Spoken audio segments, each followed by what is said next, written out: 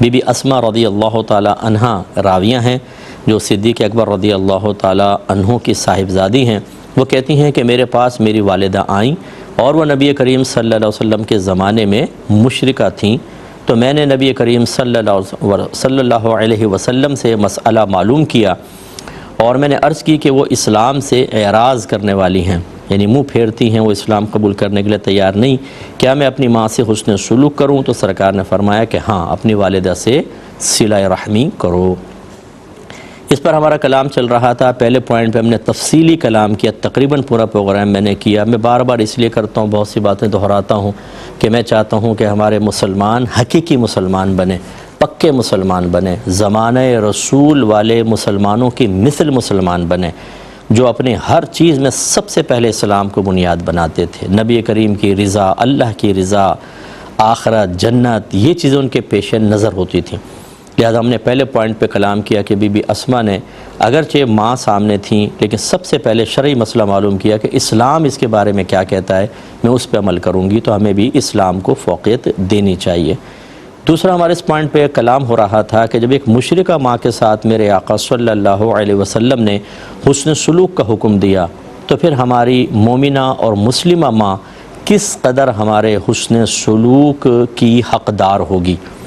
لیکن ہمارے ہاں رویہ کیا ہے کہ عمومی طور پر باپ تو چونکہ ذرا مار سکتا ہے، پیٹ سکتا ہے، مضبوط ہوتا ہے، تو عموماً بچے ڈرتے ہیں، لیکن ماں ہماری مظلومہ ہوتی ہے، کمزور ہوتی ہے، اور پھر وہ بہت سی مائیں بچوں کے عیب شوہر تک پہنچتے نہیں دیتی کہ مارے گا، پیٹے گا، ڈانٹے گا، تو یہ اور شیر ہو جاتے ہیں، ایموشنل بلیک میلنگ کرتے ہیں اور ماں کے ساتھ بہت ہی گندا اور غلیظ رویہ رکھتے ہیں۔ تو آخری میری بات یہ ہو رہی تھی کہ بہت سے لوگ شادی کرتے ہی اپنی ماں کو بالکل ایک بوجھ، ایک ظالمہ، ایک مصیبت، ایک پریشانیوں کا انبار تصور کرنے لگ جاتے ہیں، اور فوراً جی علیحدہ ہوں گے، ہم علیحدہ ہوں گے، یا پھر بیوی کو اپنے پیٹھ کے پیچھے کھڑا کر کے ماں کے سینے پہ چڑھ کر گفتگو کرنا، ڈانٹنا، ڈپٹنا، ان کو ان کا ماضی یاد دلانا کہ آپ تو ایسے ہی کرتے رہی ہیں ہر ایک کے ساتھ، میری بیوی کے ساتھ بھی ایسا ہی کر رہی ہیں، حالانکہ یہ حرام اور گناہ کبیرہ ہے۔ لہجہ سخت رکھ ہی نہیں سکتے۔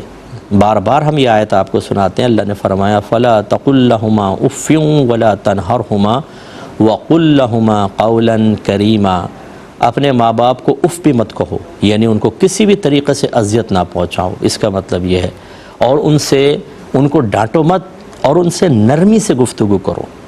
تو دیکھیں، اذیت منع، لہجہ سخت کرنا منع، آواز اونچی کرنا، شاؤٹنگ کرنا منع، تو کس طرح جائز ہو سکتا ہے؟ لیکن وہ بیویاں اور میری جو بچیاں مجھے سن رہی ہیں، کیونکہ بعض اوقات ساس بھی سن رہی ہوتی ہے اور بہو بھی سن رہی ہوتی ہے، جب ساس کی فیور میں بات جاتی ہے تو بہو کے منہ کا زاویہ بگڑ جاتا ہے، جب ہم بہو کی فیور میں کہتے ہیں تو ساسیں بد دعائیں دینے لگ جاتی ہیں، میرے خیال میں کہ یہ مفتی صاحب ایسی باتیں کر رہے ہیں، حالانکہ ہم کسی کے فیور میں نہیں کہتے۔ اگر کوئی ایسی بچی ہمیں سن رہی ہے تو خدارا میں ایک ہی بات آپ کو کہوں گا، کل آپ نے بھی ماں بننا ہے، اللہ آپ کو اولاد نرینہ بھی عطا فرمائے، جب آپ کے بیٹے کی شادی ہوگی اور وہ اپنی بیوی کو آپ کو دھکا دے کے لے کے جائے گا، اس وقت آپ کو احساس ہوگا کہ اپنے شوہر کے دل میں اس کی ماں کی نفرت اور کراہت بھر کر جو آپ نے اس کو علیحدہ کیا ہے، اس کی تکلیف کتنی ہوتی ہے، اس کی اذیت کتنی ہوتی ہے۔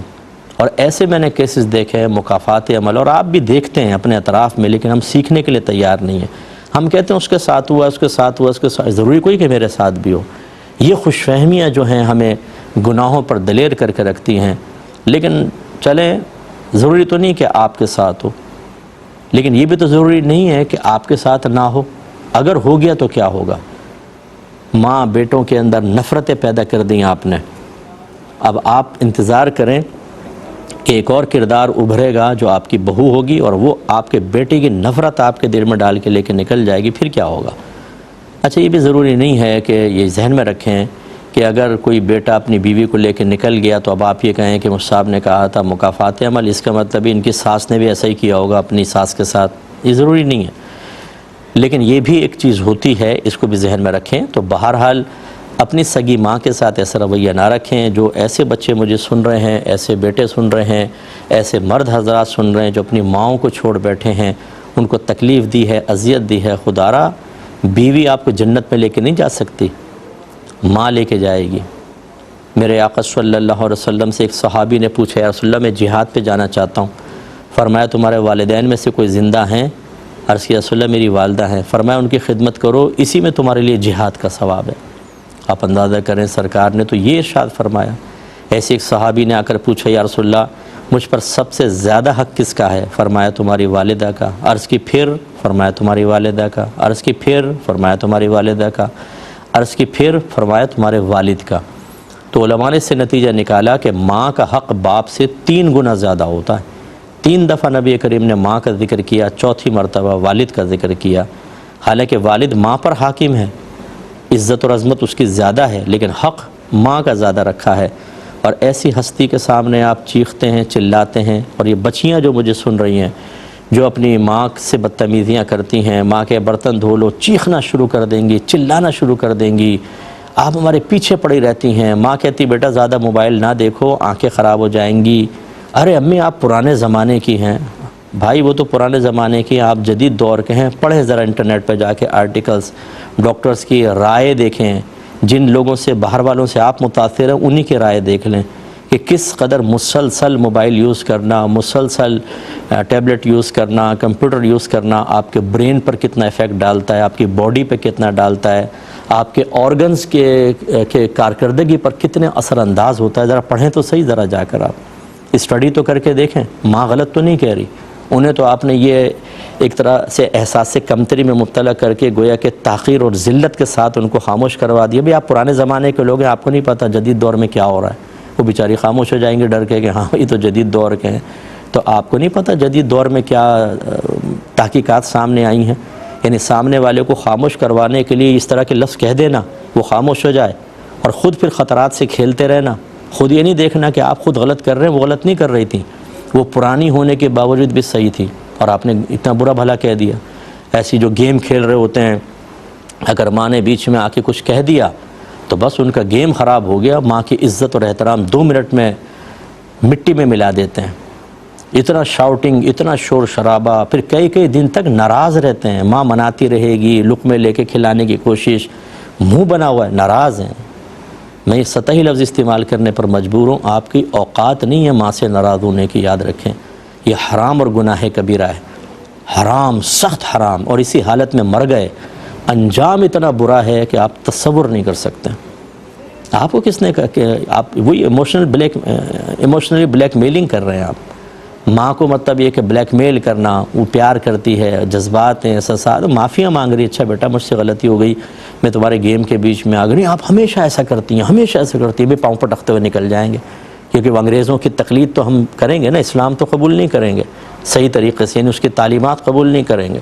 وہی ہم دیکھتے ہیں ڈراموں کے اندر، فلموں کے اندر، بیٹے نے باپ کے منہ پہ تھپڑ مار دیا، ماں باپ سمجھا رہے ہیں، کھانا پھینک کر پاؤں پٹکتے ہوئے چلے گئے صاحب، اور شاؤٹنگ کر رہے ہیں، چیخ رہے ہیں، چلا رہے ہیں، بال یہ نوچ رہے ہیں، دروازے زور زور سے بند کر رہے ہیں۔ بالکل بیانی آپ دیکھیں یہ حرکتیں ہمارے اندر آ گئی، یعنی انگریزوں کی شکل بالکل ان کا عکس ثانی۔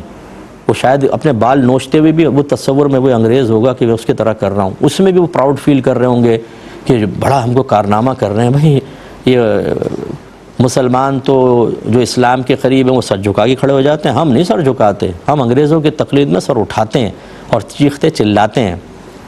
اللہ نہ کرے، اللہ نہ کرے، یہاں چیخے چلا رہے ہیں، قبر میں بھی چیخیں سننے کو ملیں گی، میدان محشر میں بھی آہیں فریادیں نکل رہی ہوں گی، پھر اللہ ناراض ہوا، اور جہنم کے اندر وہاں تو وہ چیخیں ہوں گی کہ الامان والحفیظ۔ اس لیے انگریزوں کی تقلید پہ نہ جائیں، مسلمانوں کے راستے پہ ہی رہیں، اپنے اسلام کی تعلیمات کو قبول کریں، آپ کا مذہب یہ کہتا ہے۔